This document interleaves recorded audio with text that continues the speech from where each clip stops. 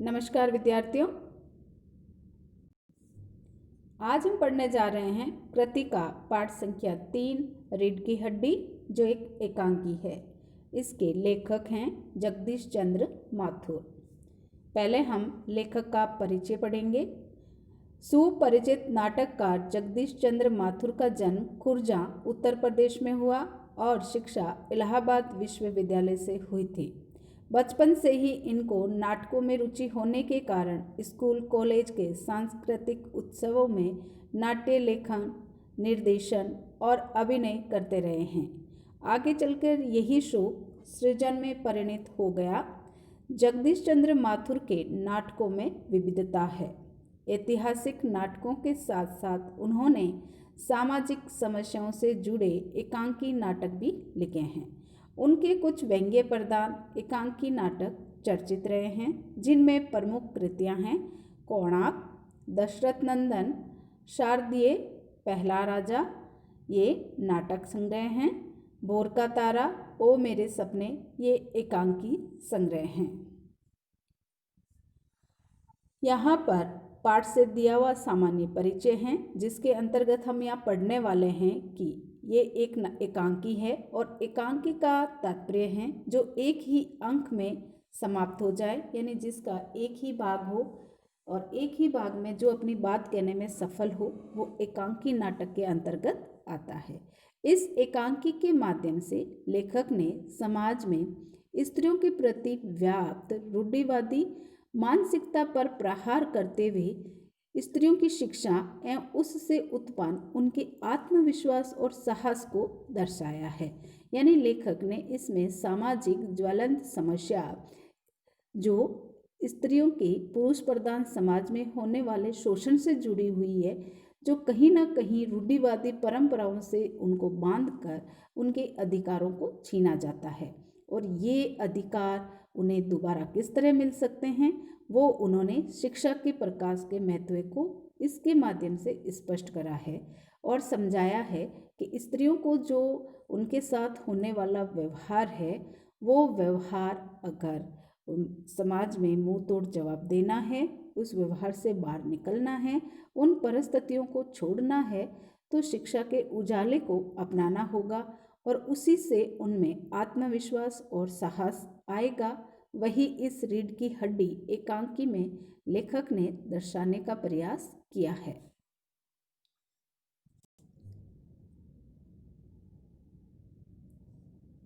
अब हम यहाँ पढ़ने जा रहे हैं लेखक जगदीश चंद्र माथुर द्वारा लिखी गई एकांकी रीढ़ की हड्डी, जो व्यंग्यात्मक है। इसमें समाज में लड़कियों की उपेक्षा पर लेखक ने ध्यान आकर्षित करा है, जो हम यहाँ पर जानने का प्रयास करेंगे कि मामूली तरह से सजा हुआ एक कमरा, अंदर के दरवाजे से आते हुए जिन महाशय की पीठ नजर आ रही है, वह अधेड़ उम्र के मालूम होते हैं। एक तख्त को पकड़े हुए पीछे की ओर चलते चलते कमरे में आते हैं। तख्त का दूसरा सिरा उनके नौकर ने पकड़ रखा है। यानी ये एक एकांकी का भाग है जिसके अंतर्गत उस एकांकी से जुड़ी हुई सारी बातें लिखी भी जाती है और बोलकर भी दर्शाया जाता है, जिसमें अब मालिक और नौकर के बीच की जो बातचीत है वो इस प्रकार है। बाबू, अभी धीरे धीरे चल, उस तख्त को उधर मोड़ दे, उधर, बस बस। नौकर, बिछा दूं साहब? बाबू जरा तेज आवाज में, और क्या करेगा? परमात्मा के यहाँ अक्ल बंट रही थी तो तू देर से पहुंचा था क्या? बिछा दूं साहब। और ये पसीना किस लिए बहाया है? नौकर तख्त बिछाता है, ही यानी हंसता है। बाबू, हंसता क्यों है? अबे हमने भी जवानी में कसरतें की हैं, कलसों से नहाता था लाटों की तरह। ये तख्त क्या चीज है? उसे सीधा कर। यो, हाँ बस। और सुन, बहू जी से दरी मांगला इसके ऊपर बिछाने के लिए, चद्दर भी कल जो धोबी के यहाँ से आई है वही। नौकर जाता है। बाबू साहब इस बीच में मेजपोश ठीक करते हैं, एक झाड़न से गुलदस्ते को साफ करते हैं, कुर्सियों पर भी 2-4 हाथ लगाते हैं। सहसा घर की मालकिन प्रेमा आती है। गमूदी रंग, छोटा कद, चेहरे और आवाज़ से जाहिर होता है किसी काम में बहुत व्यस्त हैं। उनके पीछे पीछे भीगी बिल्ली की तरह नौकर आ रहा है खाली हाथ। बाबू साहब रामस्वरूप, यानी बाबू साहब जो रामस्वरूप के नाम से हैं, नौकर उन्हें बाबू साहब कहता है।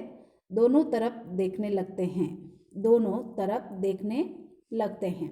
प्रेमा, मैं कहती हूँ तुम्हें इस वक्त धोती की क्या जरूरत पड़ गई, एक तो वैसे ही जल्दी जल्दी में। रामस्वरूप बात काटते हुए, धोती? प्रेमा, हाँ, अभी तो बदल कर आए हो और फिर न जाने किस लिए। रामस्वरूप, लेकिन तुमसे धोती मांगी किसने? प्रेमा, यही तो कह रहा था रतन। रतन या नौकर का नाम है। रामस्वरूप, क्यों बे रतन, तेरे कानों में डांट लगी है क्या? मैंने कहा था धोबी के यहाँ से जो चद्दर आई है उससे मांग ला। अब तेरे लिए दूसरा दिमाग कहाँ से लाऊं, उल्लू कहीं का। प्रेमा, अच्छा, जा पूजा वाली कोठरी में लकड़ी के बक्स के ऊपर धुले हुए कपड़े रखे हैं ना, उन्हीं में से एक चद्दर उठा ला। रतन, और दरी? प्रेमा, दरी यहीं तो रखी है कोने में, वे पड़ी तो है। रामस्वरूप दरी उठाते हुए, और बीबी जी के कमरे में से हारमोनियम भी उठा ला और सितार भी। जा जल्दी जा। रतन जाता है। पति पत्नी तख्त पर दरी बिछाते हैं। प्रेमा, लेकिन वे तुम्हारी लाडली बेटी तो मुंह फुलाए पड़ी है। यानी यहाँ पर जो एकांकी का दृश्य चल रहा है वह रामस्वरूप जो मालिक है और प्रेमा उनकी पत्नी है। इन दोनों के बीच में अपनी बेटी की रिश्ते से जुड़ी हुई बातचीत चल रही है। उनकी बेटी को कोई देखने आ रहा है और उस देखने आ रहा है इसलिए जो घर में पूर्व तैयारियां कर रहे हैं, उन्हीं तैयारियों का सिलसिला जो जोरों शोरों से चल रहा है, उसी के बीच में होने वाली नोक झोंक यहाँ पर संवाद लेखन के रूप में लिखी गई है। रामस्वरूप मुंह फुलाए, और तुम उसकी माँ किस मर्ज की दवा हो, क्योंकि बेटी ये विवाह करना नहीं चाहती है तो माँ के समझाने के बाद भी वह राजी नहीं होती है। तो पति पत्नी के बीच में यहाँ बातचीत चल रही है। पत्नी यानी प्रेमा अपने पति रामस्वरूप से समझाती है बेटी की स्थिति, तो रामस्वरूप कहता है मुंह फुलाए, और तुम उसकी माँ किस मर्ज की दवा हो। जैसे जैसे करके तो वे लोग पकड़ में आए हैं। अब तुम्हारी बेवकूफ़ी से सारी मेहनत बेकार हो जाए तो मुझे दोष मत देना। प्रेमा, तो मैं ही क्या करूं, सारे जतन करके तो हार गई। तुम्ही ने उसे पढ़ा लिखा कर इतना सिर चढ़ा रखा है, मेरी समझ में तो ये पढ़ाई लिखाई के जंजाल आते ही नहीं। अपना जमाना अच्छा था, आ ई पढ़ ली, गिनती सीख ली, बहुत हुआ तो स्त्री सुबोधनी पढ़ ली। सच पूछो तो स्त्री सुबोधनी में ऐसी ऐसी बातें लिखी है, ऐसी बातें कि तुम्हारी बीए एमए की पढ़ाई होगी। और आजकल के तो लक्षण ही अनोखे हैं। लक्षण यानी लक्षण। रामस्वरूप, ग्रामोफोन बाजा होता है ना? प्रेमा, क्यों? दो तरह का होता है। यानी यहाँ व्यंग्यात्मक रूप से पति अपनी पत्नी का व्यंग्य कर रहा है क्योंकि वो लगातार बोले जा रही है, इसलिए उसे समझाते हुए कह रहा है रामस्वरूप, दो तरह का बाजा होता है ग्रामोफोन। एक तो आदमी का बनाया हुआ, उसे एक बार चलाकर जब तक चाहो रोक लो। दूसरा परमात्मा का बनाया हुआ, एक बार रिकॉर्ड चढ़ा तो रुकने का नाम ही नहीं लेता है। यानी यहाँ अपनी वो पत्नी का मजाक बना रहा है। प्रेमा, हटो भी, तुम्हें तो ठिठोली ही सूझती रहती है। ये तो होता नहीं कि उस अपनी उमा को राह पर लाते। यानी रामस्वरूप की जो बेटी है जिसकी सगाई यानी लड़के वाले जिसे देखने आ रहे हैं उसका नाम उमा है। अब उसकी बात चल रही है कि तुम्हारी बेटी उमा की बात सुनते, अब देर ही कितनी रही है उन लोगों के आने में। रामस्वरूप, तो क्या हुआ? प्रेमा, तुम्ही ने तो कहा कि जरा ठीक ठाक करके नीचे लाना। आजकल तो लड़की कितनी ही सुंदर हो, बिना टीम टाम के भला कौन पूछता है। इसी मारे मैंने तो पाउडर वोडर उसके सामने रखा था, पर उसे तो इन चीज़ों से न जाने किस जन्म की नफरत है। मेरा कहना था कि आंचल में मुंह लपेट कर लेट गई। भाई मैं बाज आई तुम्हारी इस लड़की से। रामस्वरूप, न जाने कैसा इसका दिमाग है, वरना आजकल की लड़कियों के सहारे तो पाउडर का कारोबार चलता है। यानी यहाँ मेकअप की बातचीत चल रही है कि लड़के वाले आ रहे हैं तो लड़की को जरा बन ठन के उनके सामने आना चाहिए, लेकिन इनकी बेटी पढ़ी लिखी, समझदार और सीधी सरल जिंदगी जीना विश्वास रखती है, इसलिए वह मेकअप करना पसंद नहीं करती है और माँ बाप के कहने के बाद भी उनकी बात नहीं सुनना चाहती, क्योंकि उसे अभी शादी नहीं करनी थी। और उसी प्रसंग को यहाँ पर दोनों पति पत्नी के बीच में एक डिस्कशन का पॉइंट बना हुआ है। प्रेमा, अरे मैंने तो पहले ही कहा था एंट्रेंस ही पास करा देते, लड़की अपने हाथ ही रहती, इतनी परेशानी ना उठानी पड़ती, पर तुम तो। रामस्वरूप बीच में ही बात काट देता है। चुप चुप, दरवाजे में झांकते हुए, तुम्हें कतई अपनी जबान पर काबू नहीं है। कल ही ये बता दिया था कि उन सब लोगों के सामने जिक्र और ढंग से होगा, मगर तुम तो अभी से सब कुछ उगले देती हो। उनके आने तक तो न जाने क्या क्या हाल करोगी। यानी कौन से जिक्र की बात यहाँ छुपाई जाती है? उमा की ज़्यादा पढ़ी लिखी होने की बात, यानी लड़के वालों से यहाँ पिताजी छुपा रहे हैं कि उनकी बेटी इतनी ज़्यादा पढ़ी लिखी है, क्योंकि पहले के ज़माने में लड़की ज़्यादा पढ़ लिख लेती थी तो उसकी शादी कठिनाई से होती थी, क्योंकि उसके बराबर पढ़ा लिखा लड़का ढूंढने में दिक्कत आती थी। प्रेमा, अच्छा बाबा, मैं ना बोलूँगी, जैसी तुम्हारी मर्जी हो करना, बस मुझे तो मेरा काम बतला दो। रामस्वरूप, तो उमा को जैसे हो तैयार करो, न सही पाउडर, वैसे कौन बुरी है, पान लेकर भेज देना। और नाश्ता तो तैयार है ना? रतन का आना। आ गया रतन, इधर ला, इधर बाजा नीचे रख दे, चद्दर खोल, पकड़ तो जरा उधर से। चद्दर बिछाते हैं। प्रेमा, नाश्ता तो तैयार है, मिठाई तो वो लोग ज़्यादा खाएंगे नहीं, कुछ नमकीन चीज़ें बना दी हैं, फल रखे हैं, चाय तैयार है, टोस्ट भी है, मगर हाँ, मक्खन तो आया ही नहीं। रामस्वरूप, क्या कहा? मक्खन नहीं आया? तुम्हें भी किस वक्त याद आई है? जानती हो मक्खन वाले की दुकान दूर है, पर तुम्हें तो ठीक वक्त पर कोई बात सूझती ही नहीं। अब बताओ, रतन मक्खन लाए कि यहाँ का काम करे? दफ्तर के चपरासी से कहा था आने के लिए, लेकिन वो सो नखरे कर रहा था। प्रेमा, यहाँ का काम कौन सा ज़्यादा है? कमरा तो सब ठीक ठाक है ही, बाजा और सितार ही आ गए हैं, नाश्ता यहाँ बराबर वाले कमरे में ट्रे में रखा हुआ है, सो तुम्हें पकड़ा दूंगी, एक आध चीज़ खुद ले आना। इतनी देर में तो रतन मक्खन ले ही आएगा, दो आदमी ही तो हैं। ये आपसी बातचीत चल रही है नाश्ते से जुड़ी हुई, जो उनकी बेटी को देखने आने वाले हैं उनके लिए। रामस्वरूप आगे कहता है, हाँ, एक तो बाबू गोपाल प्रसाद और दूसरा खुद लड़का है। गोपाल प्रसाद लड़के के पिताजी है और दूसरा है लड़का खुद। देखो, उमा से कह देना जरा करीने से आए, ये लोग जरा ऐसे ही हैं। गुस्सा तो मुझे बहुत आता है इनके दकियानुशी ख्यालों पर। खुद पढ़े लिखे हैं, वकील हैं, सभा सोसाइटियों में जाते हैं, मगर लड़की चाहते हैं ऐसी ज़्यादा पढ़ी लिखी ना हो। और लड़का, बताया तो था तुम्हें, बाप शेर है तो लड़का सवा शेर। बीएससी के बाद लखनऊ में ही पढ़ता है, मेडिकल कॉलेज में। कहता है शादी का सवाल दूसरा है, तालीम यानी शिक्षा का दूसरा। क्या करूं, मजबूरी है, मतलब अपना है, वरना इन लड़कों और इनके बापों को ऐसी कोरी कोरी सुनाता कि ये भी, यानी यहाँ पर एक लड़की के पिता का दर्द फूट रहा है, जो लड़के वालों की मनमानी के आगे बेबस है, क्योंकि लड़का चाहे पढ़ने में कैसा भी क्यों ना हो, उसके पिताजी के लिए वो एक बहुत बहुमूल्य हीरे के रूप में है, क्योंकि मनमानी रकम के साथ में एक बहू को लेकर आता है, बहू जो उनके यहाँ गुलामी करती है। और यहाँ जिनकी बेटी होती है उन पिताजी के लिए तो समस्या हो जाती है, क्योंकि दहेज भी देना है, ऊपर से लड़के वालों की हर बात भी माननी होती है। फिर लड़की की कोई भी इच्छा वहाँ कोई महत्व नहीं रख सकती है। इसलिए यहाँ एक लड़की के पिता का बेबस रूप नजर आ रहा है। रतन, जो अब तक दरवाजे के पास चुपचाप खड़ा हुआ था, जल्दी जल्दी बाबूजी बाबूजी, यानी रतन जो नौकर है, आवाज लगाता है। रामस्वरूप, क्या है? रतन, कोई आते हैं। रामस्वरूप दरवाजे से बाहर झांक कर जल्दी मुंह अंदर करते, अरे प्रेमा, वे आ भी गए। नौकर पर नजर पड़ते ही, अरे तू यहीं खड़ा है बेवकूफ, गया नहीं मक्खन लाने? सब चौपट कर दिया। अबे उधर से नहीं, अंदर के दरवाजे से जा। नौकर अंदर जाता है।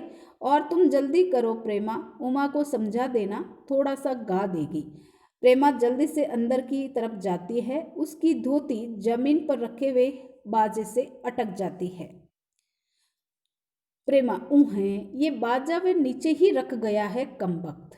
रामस्वरूप तुम जाओ, मैं रखे देता हूँ जल्दी। प्रेमा जाती है। बाबू रामस्वरूप बाजा उठाकर रखते हैं। किवाड़ पर दस्तक होती है। रामस्वरूप हैं आइए आइए हैं। बाबू गोपाल प्रसाद और उनके लड़के शंकर का आना। आंखों से लोग चतुराई टपकती है, नहीं ज्यादा ही होशियारी उनके चेहरे पर दिखाई देती है। आवाज से मालूम होता है कि काफी अनुभवी और फितरती महाशय हैं, यानी उन्हें बहुत ज्यादा अनुभव है, क्योंकि वो वकील भी जो ठहरे वकील साहब है, ऊपर से अपने आसपास की परिस्थितियों पर कुछ ज्यादा ही नजर रखने वाले लग रहे हैं।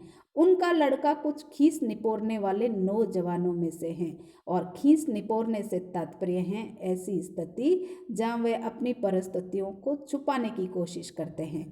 और आवाज़ पतली है और खिसखिसियाट भरी, झुकी कमर इनकी खासियत है। यानी लड़का कुछ ज़्यादा अच्छा नहीं है, आवारागर्दी की परिस्थितियों से घिरा हुआ अपनी समस्या, अपनी परेशानियां या अपनी परिस्थितियों को वो छुपा कर अपने आप को अच्छा दिखाने की कोशिश कर रहा है, जिसकी विशेषता यहाँ पर लिखी गई है। रामस्वरूप अपने दोनों हाथ मलते हुए हैं इधर तशरीफ लाइए इधर। बाबू गोपाल प्रसाद बैठते हैं, मगर बेंत गिर पड़ता है। बेंत उनके हाथ में जो छड़ी होती है वो नीचे गिर जाती है। रामस्वरूप ये बेंत लाइए मुझे दीजिए, कोने में रख देते हैं। सब बैठते हैं मकान ढूंढने में तकलीफ तो नहीं हुई? गोपाल प्रसाद खंखार कर यानी गला साफ करते हुए, नहीं, तांगा वाला जानता था, फिर हमें तो यहाँ आना ही था, रास्ता मिलते कैसे नहीं। रामस्वरूप हैं ये तो आपकी बड़ी मेहरबानी है। यानी एक पिता बेटी का पिता है, वो किस तरह अपनी बेबसी की हर समय यहाँ परिस्थितियों को जाहिर कर रहा है। ये यानी हर बार वह एक लड़के के पिता की चापलूसी कर रहा है या उनको अच्छा दिखाने की कोशिश कर रहा है, उन्हें आवश्यकता से ज़्यादा सम्मान देने की कोशिश कर रहा है। वही भाव यहाँ पर प्रकट आ रहे हैं। यानी लड़की के पिता की बेबसी का रूप यहाँ हर एक पंक्तियों में समझ में आ रहा है। ये तो आपकी बड़ी मेहरबानी है, मैंने आपको तकलीफ तो दी? अरे नहीं साहब, जैसा मेरा काम वैसा आपका काम। आखिर लड़के की शादी तो करनी ही है, बल्कि यूँ कहिए कि मैंने आपके लिए खासी परेशानी कर दी हैं ये लीजिए। आप तो मुझे कांटों में घसीटने लगे, हम तो आपके हैं सेवक ही हैं।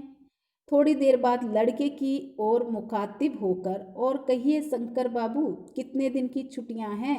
शंकर जी, कॉलेज की छुट्टियां नहीं है, वीकेंड में चला आया। आपके कोर्स खत्म होने में तो भी साल भर रहा होगा। जी यही कोई साल 2 साल। रामस्वरूप साल 2 साल? हाँ, एक आध साल का मार्जिन रखता हूँ। मार्जिन से तात्पर्य क्या है कि मैं 1 साल 2 साल बचा कर रखता हूँ, क्योंकि पढ़ने में ज़्यादा होशियार नहीं है, तो वो बार बार फेल हो रहे हैं, तो अपनी परिस्थिति को उस रूप में सीधा कहने की बजाय मार्जिन कहकर अपनी बात को सही साबित करने की यहाँ कोशिश की जा रही है। गोपाल प्रसाद बात यह है साहब कि शंकर 1 साल बीमार हो गया, यानी अब एक पिता अपनी बेटे की कमजोरियों को किस रूप में छुपाने का प्रयास कर रहा है कि मेरा बेटा यानी शंकर 1 साल से बीमार हो गया था। क्या बताएं, इन लोगों को ऐसी उम्र में सारी बीमारियां सताती है। एक हमारा जमाना था कि स्कूल से आकर दर्जनों कचौड़ियाँ उड़ा जाते थे, मगर फिर जो खाने बैठते तो वैसी की वैसी ही भूख। यानी पुराने जमाने की परिस्थितियों को यहाँ पिता समझाते हुए अपनी बेटे की कमियों को छुपाने की बातें कर रहा है। रामस्वरूप कचौड़ियाँ भी तो उस जमाने में पैसे की 2 आती थी। गोपाल प्रसाद जनाब ये हाल था कि 4 पैसे में ढेर सी बालाएं आती थी, और अकेले 2 आने की हजम करने की ताकत थी अकेले। और अब तो बहुत तेरे खेल वगैरह भी होते हैं स्कूल में। तब न कोई वॉलीबॉल जानता था, न टेनिस, न बैडमिंटन, बस कभी हॉकी या क्रिकेट कुछ लोग खेला करते थे। मगर मजाल की कोई कह जाए कि लड़का कमजोर है।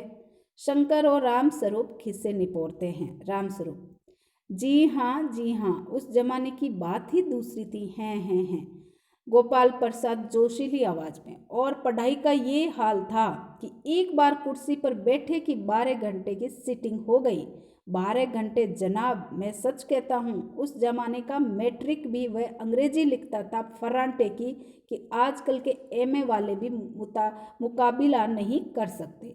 यानी पुराने ज़माने की शिक्षा की बातों को यहाँ बढ़ा चढ़ा कर बताया जा रहा है। और आज वर्तमान शिक्षा प्रणाली में जो रटन विद्या है, परिस्थितियों से भागने की बातें हैं, उनको यहाँ समझाया जा रहा है। रामस्वरूप, जी हाँ, ये तो है ही। गोपाल प्रसाद, माफ कीजिए बाबू रामस्वरूप, उस जमाने की जब याद आती है अपने को जब्त करना मुश्किल हो जाता है। यानी जब हम पुरानी बातें याद करते हैं तो हम उन बातों को भूल नहीं पाते हैं और आज के ज़माने से उसकी तुलना करने बैठ जाते हैं और इन परिस्थितियों पर गुस्सा आ जाता है। तब रामस्वरूप कहते हैं, जी हाँ, वह रंगीन जमाना था, रंगीन। हाँ हाँ, शंकर भी ही करने लग जाता है। अब आगे का जो एकांकी का भाग है वो नेक्स्ट अंक में पढ़ेंगे। इसको आप दोबारा सुनेंगे और जो भी डाउट्स है पूछेंगे।